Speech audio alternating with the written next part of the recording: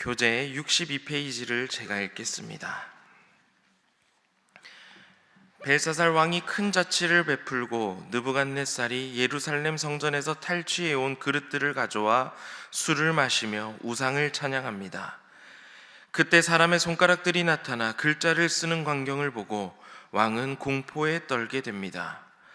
바벨론의 모든 지혜자들이 그 글자를 읽지도 해석하지도 못하자 왕비가 다니엘을 추천합니다.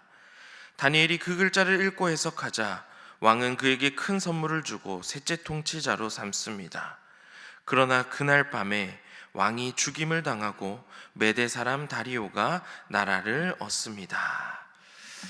오늘도 하루의 첫 시간 하나님 앞에 나온 모든 성도들 가운데 하나님의 은혜가, 크신 은혜가 함께 하시기를 주님의 이름으로 축복합니다. 오늘 다니엘서 5장의 말씀을 우리가 같이 읽었습니다. 우리 먼저 1절 말씀 다시 한 번 더 읽어보도록 하겠습니다. 다 같이 시작. 벨사살 왕이 그의 귀족 1000명을 위하여 큰 잔치를 베풀고 그 1000명 앞에서 술을 마시니라.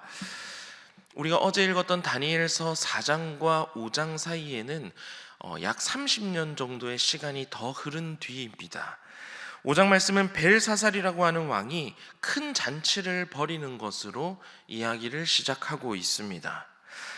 이제 4장 이전까지 나왔었던 느부갓네살 왕은 세상을 떠났고 벨사살이라고 하는 그런 이름을 가지고 있는 왕이 바벨론의 통치자로 세워져 있을 때의 일입니다. 큰 잔치를 벌였다라고 이야기하고 있는데요. 말씀을 읽어보면 귀족 1000명을 불렀다고 기록을 하고 있습니다.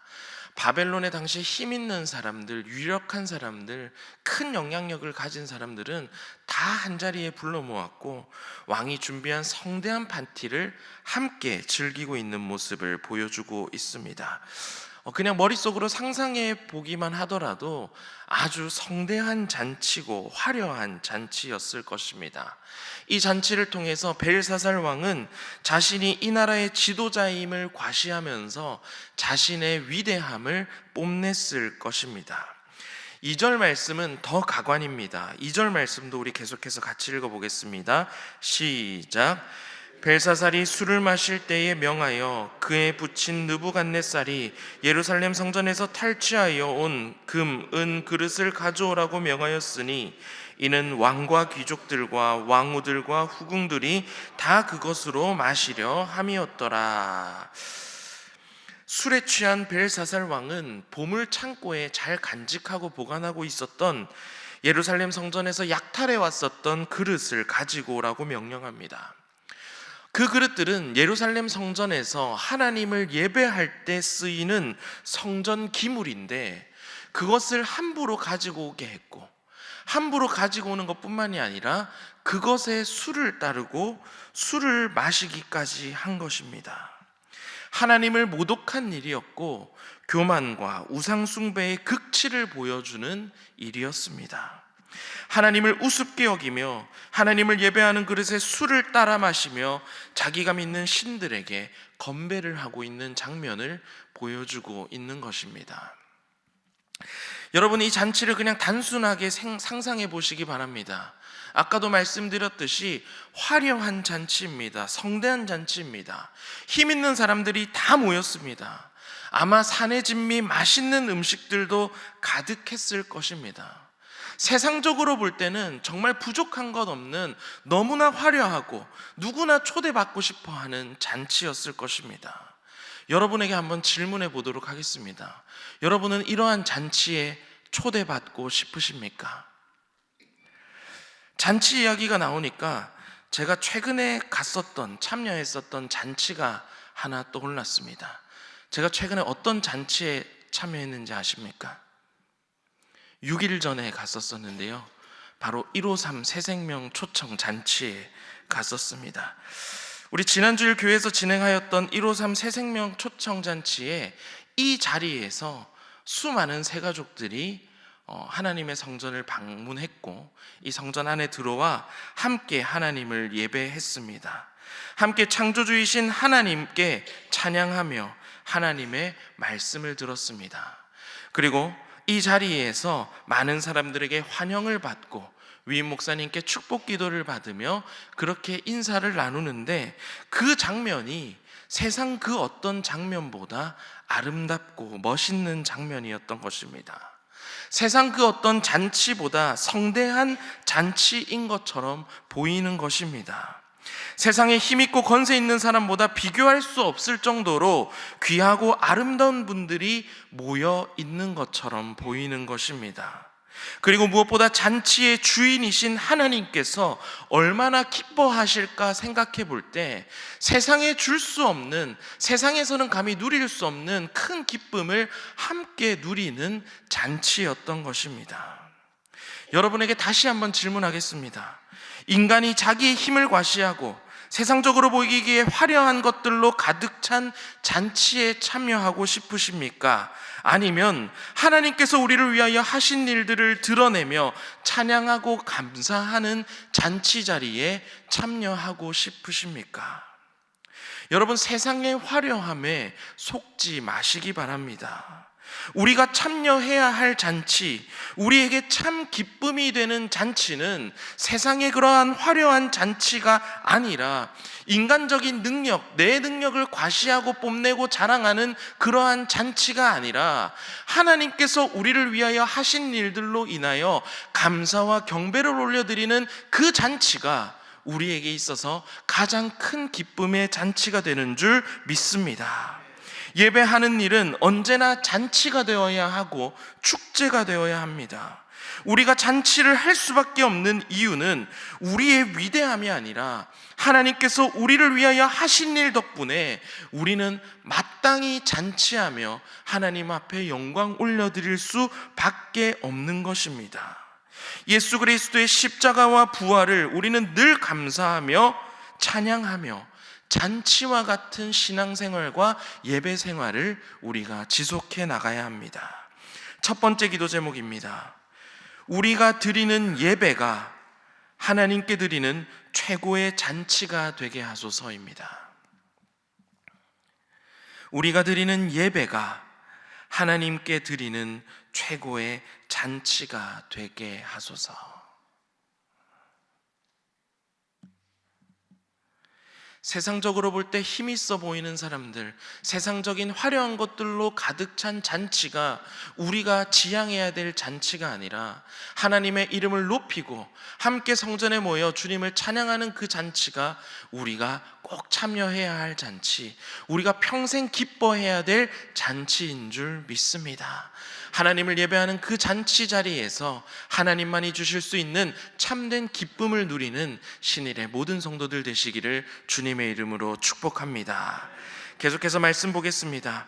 벨사살이 자신의 욕망과 교만에 취해 성대한 잔치를 벌이던 도중에 갑자기 손가락들이 나타나 벽에 글씨를 쓰기 시작합니다. 이 손가락, 누가 드신 것이며 누가 사용한 것입니까? 바로 하나님께서 사용하신 것입니다.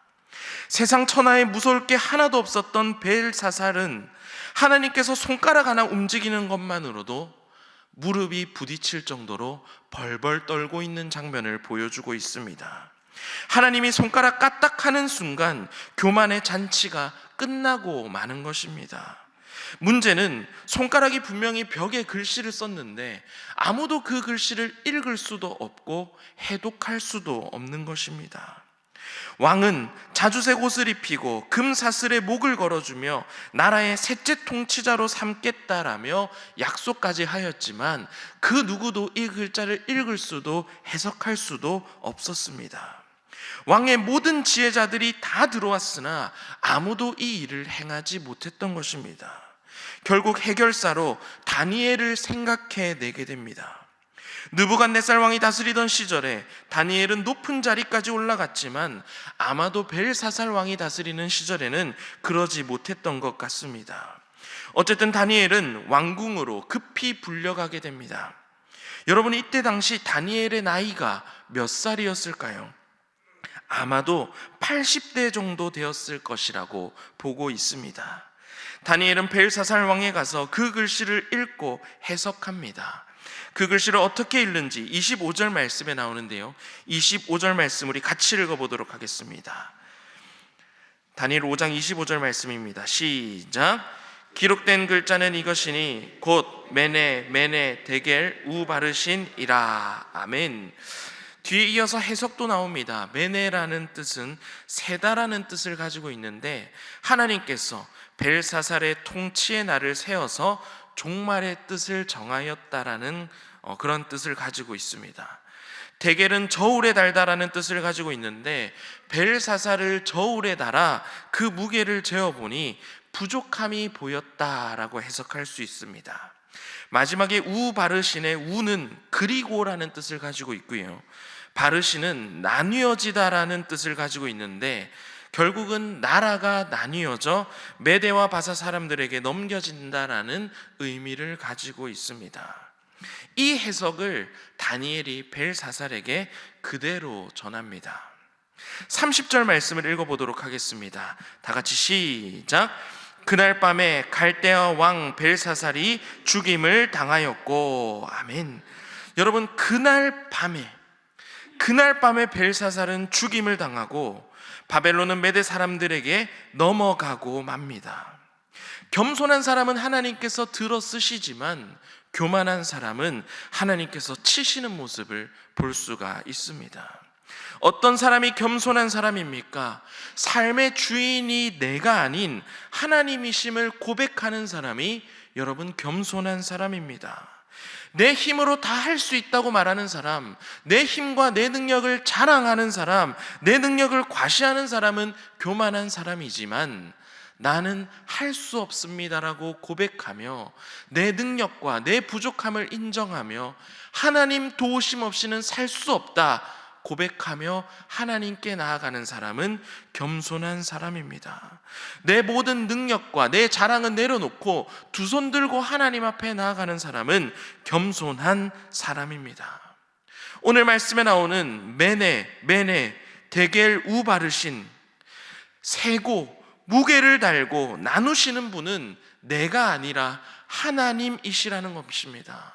내 삶을 지금도 평가하시고 바라보시며 내 삶을 움직이시고 흔드시는 분은 바로 우리 하나님이심을 겸손하게 인정해야 한다는 것입니다.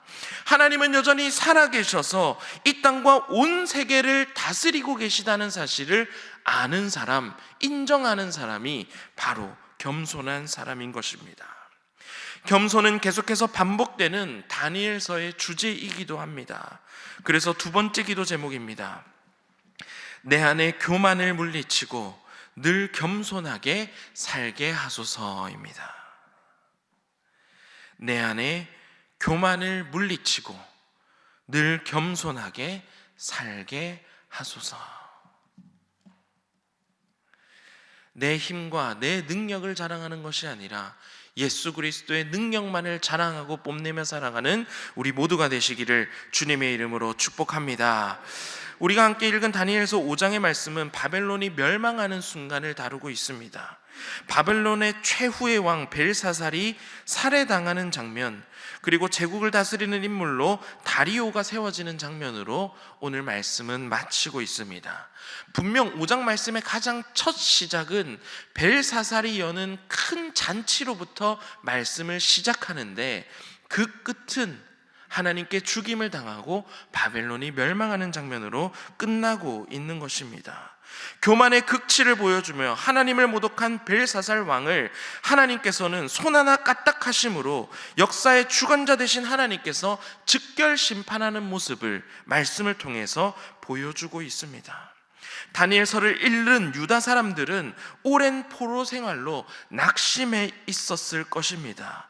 다니엘 또한 80세의 나이가 될 때까지 여전히 포로 생활을 지속하고 있었습니다. 하지만 아마 다니엘서 5장의 말씀을 통해 큰 소망과 위로를 얻었을 것입니다. 여전히 하나님께서 살아계시고 모든 세상을 주관하고 계신다. 여전히 하나님의 통치 아래 있고 세고 물개를 달고 나누는 일을 여전히 하고 계시며, 아무리 세상적으로 영원할 것처럼 보이는 바벨론이라 할지라도 하나님께서 손 하나 까딱하시면 무너뜨리실 수 있다는 것을 아마 이 말씀을 통해서 깨달았을 것입니다. 그리고 이 말씀을 통해 큰 위로와 소망을 얻었을 것입니다. 여러분도 이 하나님의 말씀을 통하여, 다니엘서 5장의 말씀을 통하여 위로와 소망을 얻으시기 바랍니다. 여전히 하나님께서는 이 세상 모든 만물을 다스리고 계시며 지금도 우리를 위하여 일하고 계신 분입니다. 역사의 심판자이자 주관자이신 하나님께서는 손 하나 까딱하심으로 악인을 심판하실 수 있는 분이시며 즉결 심판하실 수 있는 분이 우리 하나님이십니다.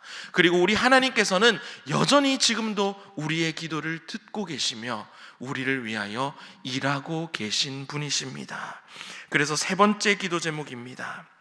하나님께서 지금도 나를 위하여 일하고 계심을 끝까지 신뢰하게 하소서입니다. 하나님께서 지금도 나를 위하여 일하고 계심을 끝까지 신뢰하게 하소서입니다.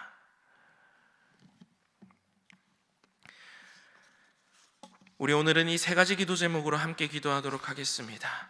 우리가 드리는 예배가 하나님 최고의 잔치가 되게 하여 주시옵소서.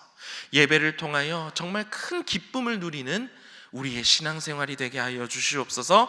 두 번째 기도 제목은 하나님 내 안에 나를 자랑하고 뽐내고자 하는 교만은 물리쳐 주시고 하나님 앞에 늘 두 손 들고 나아가는 겸손의 사람 되게 하여 주시옵소서. 세 번째 기도 제목은 지금도 나를 위하여 살아계시며 나를 위하여 일하고 계신 주님을 끝까지 신뢰하게 하소서입니다. 그리고 오늘 성전을 청소하는 깔끔이 가운데 함께하여 주시며 특별히 말씀 준비하시는 위임 목사님 가운데 성령의 기름 부으심으로 함께하여 주시옵소서. 이 모든 기도 제목을 놓고 이 시간 함께 기도하도록 하겠습니다. 주여 믿습니다. 주여 믿습니다. 주여 믿습니다.